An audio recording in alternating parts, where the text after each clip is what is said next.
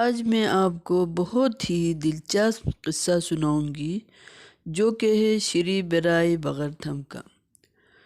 زمانہ قدیم ہی سے ہنزا میں ایک مقامی تہوار نہایت عقیدت و احترام اور تزک و احتشام سے منایا جاتا رہا ہے، جو دلو کی 15ویں تاریخ یعنی ماہ فروری کی 20 تاریخ کو بوفاو کے نام سے منایا جاتا تھا، جسے رسم بوائی بھی کہتے ہیں۔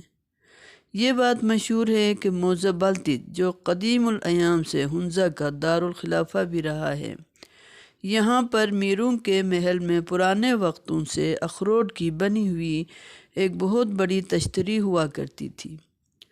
بتایا جاتا ہے کہ اسی قسم کی ایک دوسری تشتری ادھر یاسین میں راجاؤں کے پاس بھی موجود تھی۔ روایت کرتے ہیں کہ دونوں تشتریاں سکندر اعظم مقدونوی کے زمانے سے موجود ہیں۔ ہنزا میں جب رسم بوائی یعنی بوفو منانے کا وقت آ جاتا تو اس روز اس تاریخی تشتری کو بلتیت سے قبیلہ درمتنگ سے تعلق رکھنے والے ایک ساعتگر اسے کندوم پر لاد کے التیت لے جایا کرتا تھا، جو اسے بوفاو کی شاہی جلوس میں بوفاو چوب کے لیے استعمال میں لایا جاتا تھا، اور جو ہی بوفاو کی تمام رسومات بخیر و خوبی انجام پاتے تو پھر وہی شخص اس تشتری کو اس دن کی بچی کچی روٹی وغیرہ کے ساتھ اپنے کندوم پر اٹھا کے واپس بلتیت لے آیا کرتا تھا، اور اس لحاظ سے یہ دن اس کے بچوں کے لیے خوشی کا دن ہوتا تھا۔ یہ ان ایام کا واقعہ ہے کہ بلتیت کے قبیلہ درمتنگ میں غریب نامی ایک شخص کا بیٹا پنو ہوا کرتا تھا۔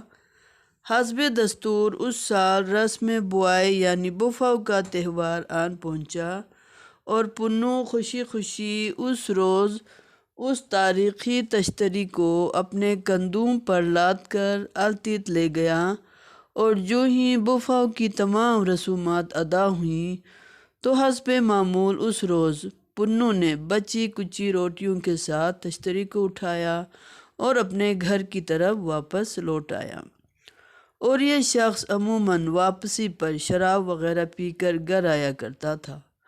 چنانچہ اس روز بھی وہ اس تشتری کو بقیہ روٹیوں اور گوشت وغیرہ کسی کپڑے سے باندھ کر گھر آیا تھا، اور جو ہی گھر داخل ہوا اس کے بیوی بچے تو سب انتظار میں ہی تھے۔ دھڑام سے گھر کے چبوترے پر تشتری کو رکھا اور بیوی بچوں سے کہا کہ لو کھاؤ اور خوب پیٹ بھرو۔ بیوی بچے تو طاق میں تھے، کیونکہ سال میں ایک ایسا دن ہوتا تھا جس روز کے پنو اور اس کے بیوی بچے خوب پیٹ بھر کر کھانا کھاتے تھے، جس میں گوشت، مکھن اور روٹیاں وغیرہ ہوتی تھیں۔ اب جو ہی پنو نے تشتری کو ان کے سامنے رکھ دیا، وہ خود چونکہ شراب کے نشے میں مست تھا اور مستی میں جھول رہا تھا، اس لیے اسے کیا خبر کہ آج اس تشتری میں کچھ ہے بھی یا نہیں۔ بیوی اور بچے خوشی کے عالم میں تشتری پر ٹوٹ پڑے، اور فوراً ہی تشتری دیکھ کر بیوی اور بچے بہت ہی مایوس ہوئے اور انہیں بہت ہی غصہ آیا۔ ادھر بیوی چیخ پڑی اور ادھر بچے رونے لگے۔ بیوی پنو سے مخاطب ہوئی، یہ رکابی آج تو خالی لایا ہے، اس میں تو کچھ بھی نہیں، بتا یہ آج کیوں خالی ہے؟ تو شراب میں مست ہے، ہو نہ ہو تم نے ساری روٹیاں اور گوشت وغیرہ کہیں گرایا ہے۔ پنو یہ دیکھ کر حیران ہوا، اور وہ تو بالکل حواس باختہ ہو گیا اور اس کا نشہ حرن ہو گیا۔ وہ سوچنے لگا اور دل میں کہنے لگا کہ میں نے تشتری میں گوشت و روٹیاں رکھ کر خوب کس کے باندھا تھا، اور میں نے کہیں گرایا بھی نہیں، پھر آخر یہ آج کیا ماجرا ہے؟ پھر یہ ساری روٹیاں اور گوشت کدھر غائب ہوئے؟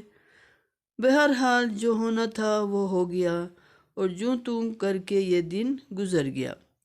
اب اس کے بعد کیا ہوا، یہ حیرت کی بات ہے۔ ہوا یہ کہ پنو کے ساتھ یہ معاملہ مسلسل 7 برسوں تک ہوتا رہا، یعنی یہ کہ وہ بقیہ روٹیاں اور گوشت التیت سے تشتری میں باندھ کر واپس گھر لوٹ جاتا، لیکن گھر آتے ہی وہ غائب ہو جاتی۔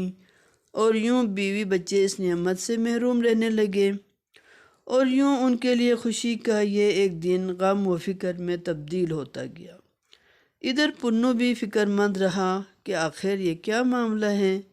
وہ تو روٹیاں اور گوشت وغیرہ تشتری میں باندھ لیتا ہے، لیکن پھر آخر گھر پہنچتے پہنچتے یہ سب کے سب کہاں غائب ہو جاتے ہیں۔